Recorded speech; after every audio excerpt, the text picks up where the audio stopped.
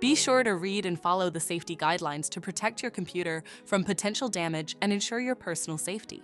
For more information about safety guidelines, see the owner's manual at dell.com/support.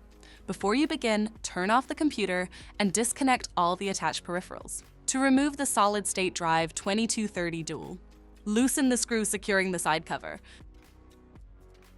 and slide the cover off the system to remove it.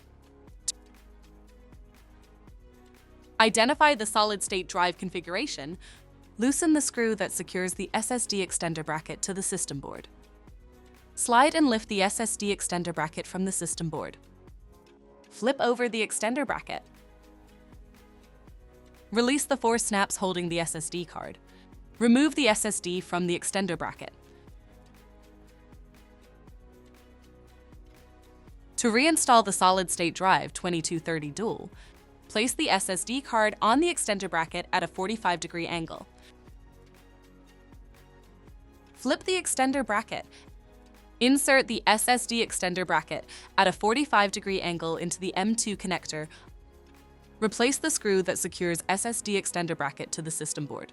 Place the side cover on the chassis by aligning the tabs on the side cover with the slots on the chassis.